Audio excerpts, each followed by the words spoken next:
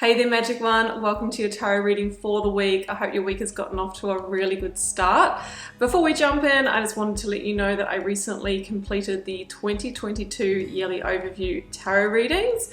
I will pop the playlist up here for you, and you might want to jump in and see what the energies are available for you to align your inspired action to, so that you can really bring through the meaningful and lasting change you want in your life this year.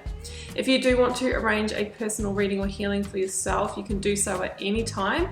You'll find the link to my website down below, and you can peruse the kind of offerings that are over there when you are ready. To let you know that the doors are always open to the initiation. That is my immersive Learn Tarot journey. You can enroll at any time, and you do get immediate lifetime access to all of the resources, which is online learning modules, practices.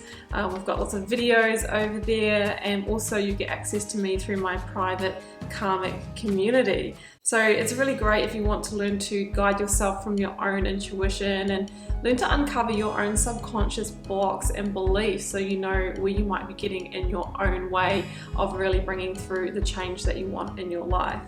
So that's it from me. I just wanted to say hi and wish you a week full of love and magic. Let's head across to your reading now.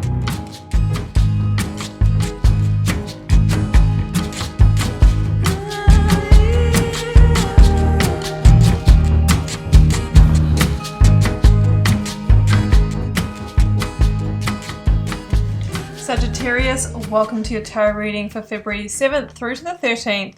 Let's see what may be on the cards for you. I have got the 9-card block here as per usual. 3 for the recent past, 3 for the current focus energy, 3 for the near future outcome. I've got a couple of oracles, lead tarot energy, and I've turned over the bottom of the deck as well. This week, Sag, I'm using the Sacred Power reading cards, which I love the imagery of. I'm using the Moonchild and Starchild Tarot, and the Radiant Rider-Waite, which I'm also loving. A lot more colour on the table.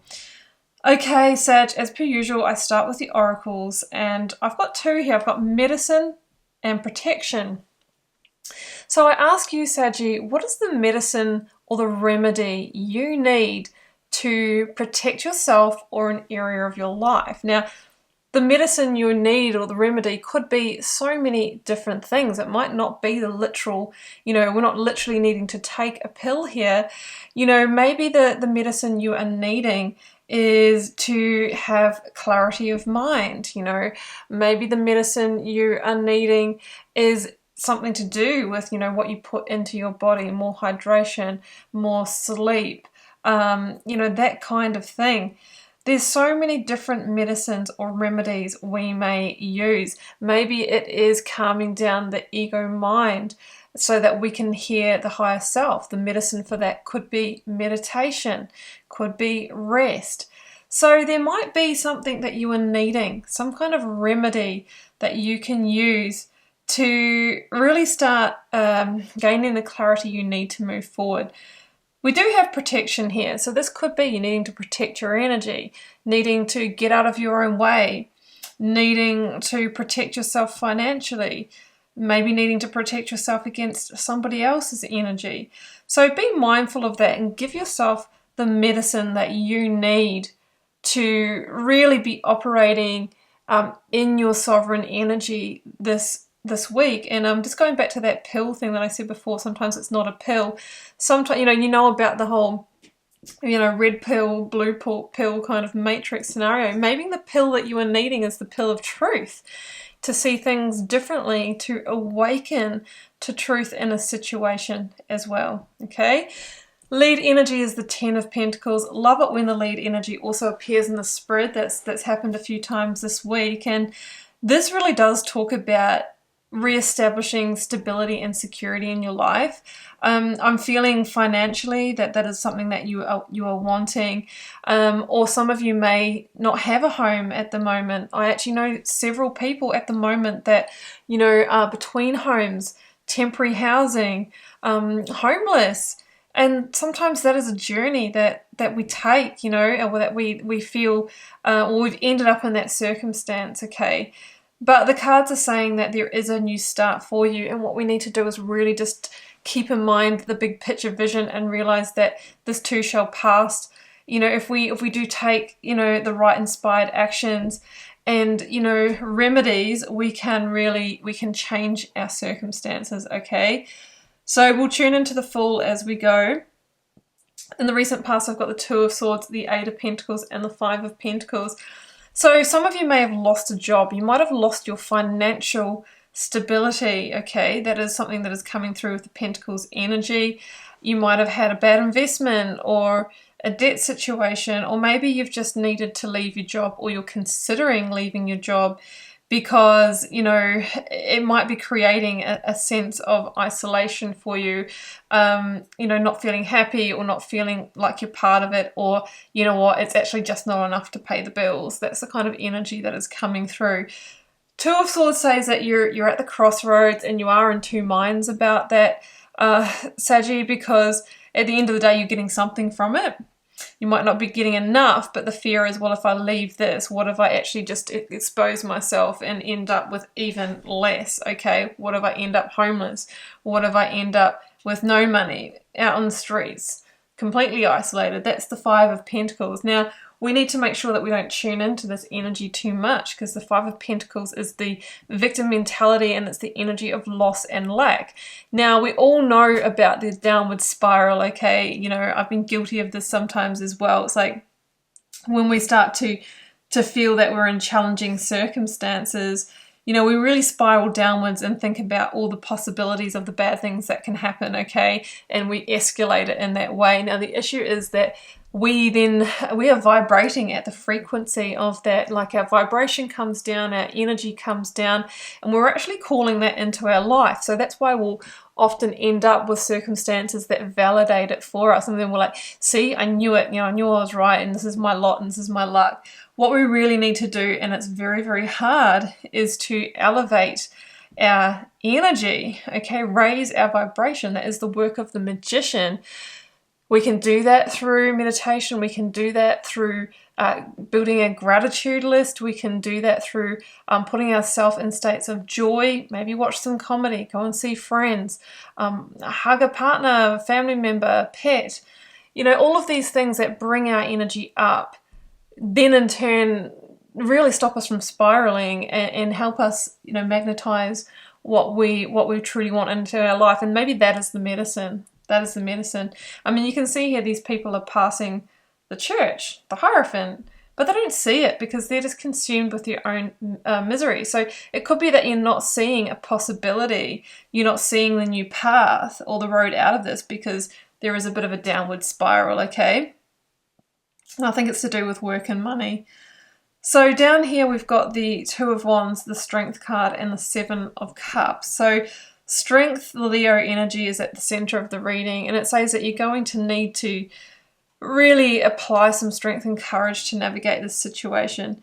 Leo rules the heart and it rules the spine, so it's almost like we need to put our back into this, you know, we need to have a backbone, maybe to go out on a bit of a limb here, and we're going to need to soothe our inner demons, our inner beast along the way, because our ego can say, this is not a time to make major moves, you know, we're already struggling for money, or, you know, we need to hold on to this job, whatever it may be for you. But that can really stop us from making a positive change that really would actually help our circumstance even better in the long run. We've got the Seven of Cups here, and this is an illusionary energy. So what I've just talked about, those limitations where the ego says, well, don't move on or don't change your circumstances because of X, Y, and Z. Well, X, Y, and Z can be illusions that we're buying into, as in, oh, you know, and the other circumstance will be, you know, even worse. Well, we don't know that, and we can create what we want. The Seven of Cups is really saying that if you're actually honest with yourself, that the situation that you're in is never going to deliver what you're actually needing to remedy your situation. We can see here that they've got these 7 beautiful cups, and this person is just like, you know, grasping and clutching, but can never actually reach them. And it's like whatever you've wanted out of this has not materialized. So we have to consider moving on to step into our power in order to find that elsewhere. So the Seven of Cups, you know, is that confusion around the situation, maybe our mind or ego telling us that, you know, we should stay there and that we will achieve it. But you will get a similar result, Saggy, as to what you have gotten so far, unless there is true energetic change or transformation within the situation. I mean, you may even be dealing with somebody, say in the workplace, that is making a lot of hollow promises, you know, well, we can't do pay rises now, but after the performance reviews, or, you know, in a few months' time. But is it just a carrot? Is it just a carrot that you dangle? It could be, you know, the promise of returns on investment. But if you're not seeing it now and it's been quite a long time, then you're probably not going to see a change. So the Two of Wands says consider leaving this comfort zone of attachment and expand and broaden your horizons and think about taking the Fool's journey. And the Fool's journey can be a leap of faith, guys. You know, we don't want it to be a blind leap of faith in this situation. What we actually want to do is use our intuition, what we're truly feeling, and our logic. What are the pros and cons? Do I have a plan in place?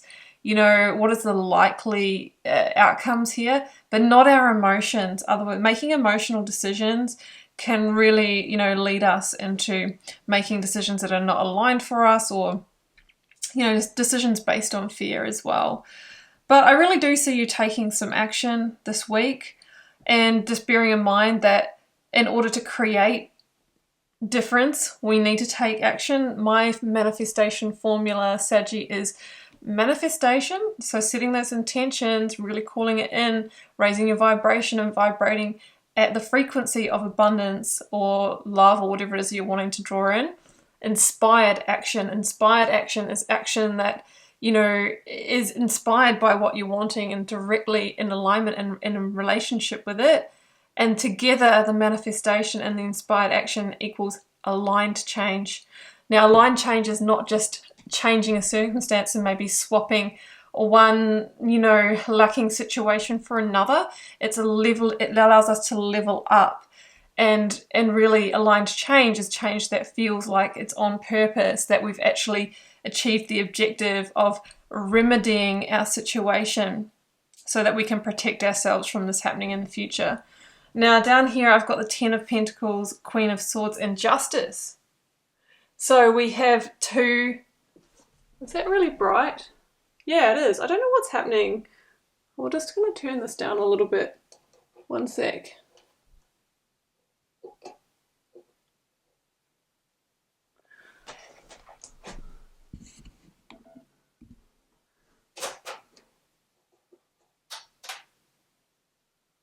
Sorry about that, Sag. I just looked up at the camera and I just noticed that it's really blowing out. I think I might have changed the setting on my camera. Sorry about that. Okay, so down here I've got the Ten of Pentacles, Queen of Swords, and Justice. Now, these are both Libra energies. Now, it's so funny because when I was doing the card pull, Queen of Swords came out and I was like, oh, that's Justice, right? Justice is the change and modification that has to happen to bring things back in balance here. And then Lady Justice herself came out. So I feel like this is you bringing down the sword this week, you know, making some changes, severing some ties, maybe having some clear and direct and honest communications that you're needing to have, like, hey, I'm moving on. Hey, if I don't get that pay rise now, then I'm going to need to leave. Actually, I'm pulling out of this investment, or it's not working for me. It's really about you choosing here, you choosing the path.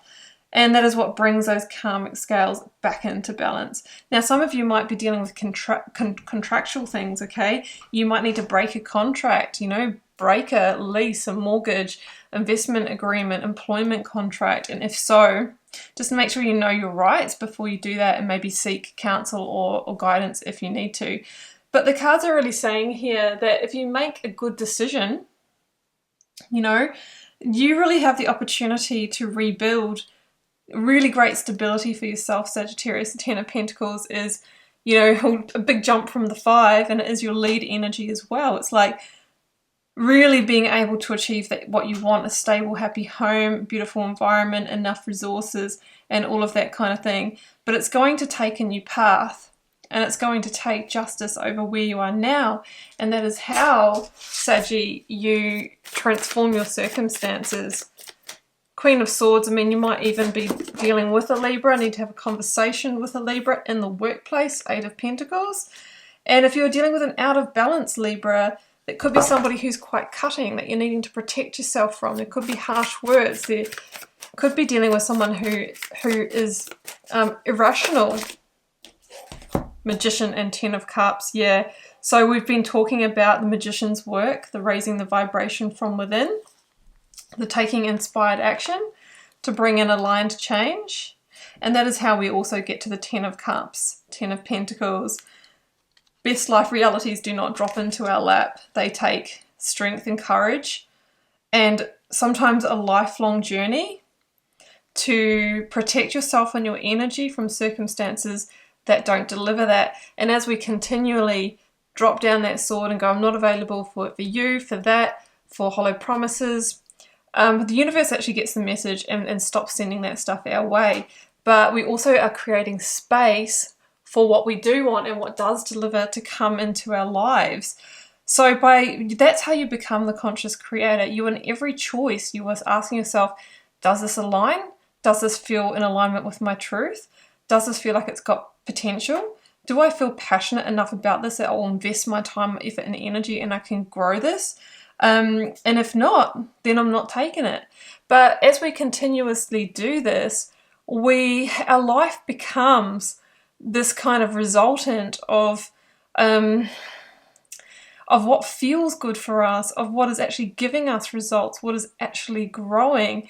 And slowly but surely, we wake up in the Ten of Pentacles and go, oh, I've actually achieved what I wanted to in my life. But then you have another think about it and you go, oh, that's right, it actually was a lot of effort because it was a big journey to get here. But, you got there in the end through a series of energy alignments. And the better you get at that and the more discerning, you can really speed up that process as well.